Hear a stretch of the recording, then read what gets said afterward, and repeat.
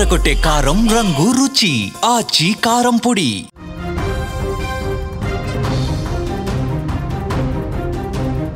పాకిస్తాన్ గడ్డపైన అంతర్జాతీయ క్రికెట్ ఆడడం అంటే అది కేవలం ఆట మాత్రమే కాదు, ప్రాణాలను కూడా పణంగా పెట్టడమే.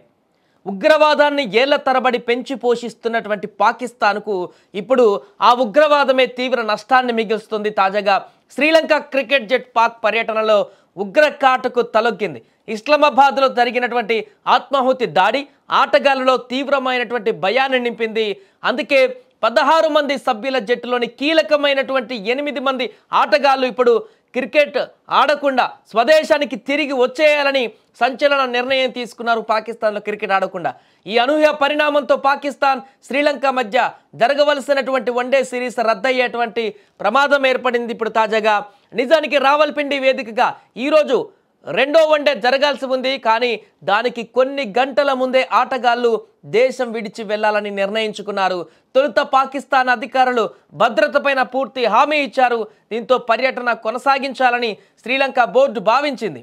అయితే జట్టు సభ్యులు హోటల్లో సమావేశమైన తర్వాత కీలకమైనటువంటి 8 మంది ఆటగాళ్లు వెనుదిరగాలని పట్టుబట్టారు. శ్రీలంక క్రికెట్ బోర్డు సైతం వారిని ఆపేందుకు ప్రయత్నించింది.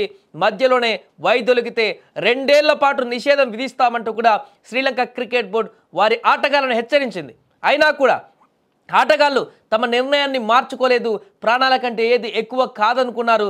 పరిస్థితిని చక్కదిద్దేందుకు పాకిస్తాన్ క్రికెట్ బోర్డు చైర్మన్ ఆ దేశ మంత్రి మొహసిన్ నఖ్వీ రంగంలోకి దిగారు. ఆయన ఇస్లామాబాద్లోని హోటల్లో శ్రీలంక ఆటగాళ్లతో మాట్లాడారు. పూర్తి భద్రత కల్పిస్తామని హామీ ఇచ్చారు. అలాగే పాకిస్తాన్లోని శ్రీలంక హైకమిషనర్తో చర్చలు జరిపారు.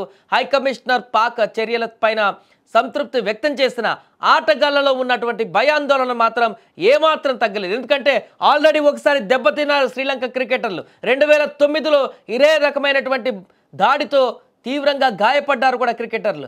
ఆటగాళ్లలో ఇంత భయం ఉండడానికి ముఖ్య కారణాలు కూడా ఉన్నాయి. మొన్న మంగళవారం ఇస్లామాబాద్లో జరిగినటువంటి ఆత్మాహుతి దాడిలో 12 మంది మరణించారు అక్కడ పాకిస్తాన్లో. అదే రోజు ఖైబర్ పఖ్తుంఖ్వా ప్రావిన్స్లోని ఓ క్యాడెట్ అకాడమీ పైన ఉగ్రదాడి జరిగింది. దీనికి తోడు 2009 మార్చి 3న అత్యంత దారుణమైనటువంటి ఘటన ఇది. లాహోర్లోని గడాఫీ స్టేడియం సమీపంలో శ్రీలంక క్రికెటర్లు ప్రయాణిస్తున్నటువంటి ఆ జట్టు బస్సు పైన జరిగిన ఉగ్రదాడి క్రికెట్ చరిత్రలోనే అత్యంత దారుణమైనటువంటి ఘటనగా మిగిలింది. ఇప్పుడు ఇంకా ఆ యొక్క సంఘటన శ్రీలంక క్రీడాకారులను వెంటాడుతుంది. ఆ దాడిలో 7 శ్రీలంక ఆటగాళ్లు గాయపడగా 8 మంది పోలీసులు దారుణంగా చనిపోయారు ఆ ఉగ్రదాడిలో. ఈ ఘటన కళ్ళ ముందే జరిగింది. శ్రీలంక క్రీడాకారుల కళ్ళ ముందే జరిగింది.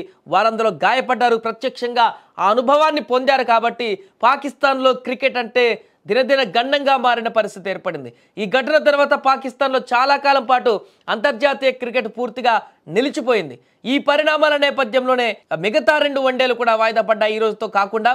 సో ఆ అవకాశం కనిపిస్తుంది, వాయిదా పడేటువంటి అవకాశం. ఒకవేళ ఈ సిరీస్ పూర్తిగా రద్దయితే నవంబర్ 19 నుంచి శ్రీలంక ఆడవలసినటువంటి ట్రై సిరీస్ను కూడా వాయిదా పడేటువంటి అవకాశం ఉంది. దీంతో శ్రీలంక సంచలన నిర్ణయం తీసుకున్న ఆటగాళ్ళని చెప్పొచ్చు. ఒకవైపు బోర్డు ఒత్తిడి తెస్తున్నా కూడా ప్లేయర్స్ మాత్రం తమ ప్రాణాలని పణంగా పెట్టాలని చెప్పేసి అనుకోవట్లేదు. వారు 8 మంది ఇప్పటికే వెనక్కి వెళ్ళిపోదాన్ని నిశ్చయించుకున్నారు. సో మిగతా 11 మంది ప్లేయర్స్ లేరు కాబట్టి ఈరోజు మ్యాచ్ అయితే ఆగేటువంటి పరిస్థితే కనపడుతుంది. దీంతో అంతర్జాతీయ క్రికెట్లో పాకిస్తాన్కి మరొక కీలక ఎదురుదెబ్బ తగిలిందని చెప్పొచ్చు. ఇప్పటికే భారత్ పూర్తిగా పాకిస్తాన్తో క్రికెట్ అక్కడ ఆడాల్సినటువంటి పరిస్థితి నుంచి తప్పించుకుంది. అంటే పాకిస్తాన్లో అసలు ఆ యొక్క ప్రాంతంలో అడుగు పెట్టాల్సిన అవసరమే లేదు. మనకు అక్కడ ఆడాల్సిన అవసరమే లేదు. అక్కడ మొత్తం కూడా ఉగ్రవాదులతో కకావికలమైపోయినటువంటి ప్రాంతం కాబట్టి అక్కడికి వెళ్లాల్సిన పని లేదంటూ కూడా భారత్ చాలా కాలంగా ద్వైపాక్షిక సిరీస్లు కూడా వారితో రద్దు చేసుకుంది, వారితో ఆడట్లేదు. ఇప్పుడు మిగతా దేశాలు కూడా అదే రకమైనటువంటి పరిస్థితికి దారితీస్తున్నట్టుగా కనపడుతుంది. మొన్న మధ్యలో ఇలాంటి ఘటనలు జరిగాయి. వేరే దేశ క్రికెటర్లు కూడా వచ్చినప్పుడు అక్కడ కొంత ఆందోళనకు గురయ్యారు.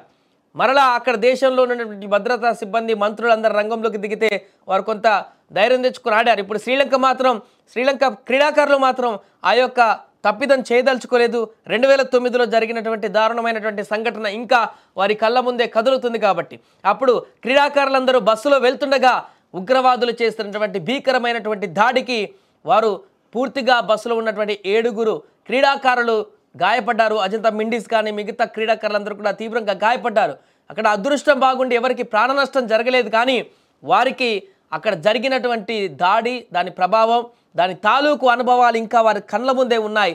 అందుకే మరలా అలాంటి అవకాశాన్ని అవతల వారికి ఇచ్చేటువంటి పరిస్థితి తీసుకురావట్లేదు వారు. అందుకే ఇక పాకిస్తాన్లో క్రికెట్ ఆడేటువంటి అవకాశం లేదనేటువంటి విధంగా అక్కడ పూర్తిగా శాంతి భద్రతలు విఘాతం కలిగింది కాబట్టి అక్కడ శాంతి భద్రతలు సరిగా ఉండవు కాబట్టి పాకిస్తాన్లో ఎప్పుడు ఏం జరుగుతుందో కూడా ఎవరు కూడా చెప్పలేరు. కాబట్టి శ్రీలంక క్రీడాకారులు ఈ రకమైనటువంటి నిర్ణయం తీసుకున్నట్టుగా తెలుస్తుంది.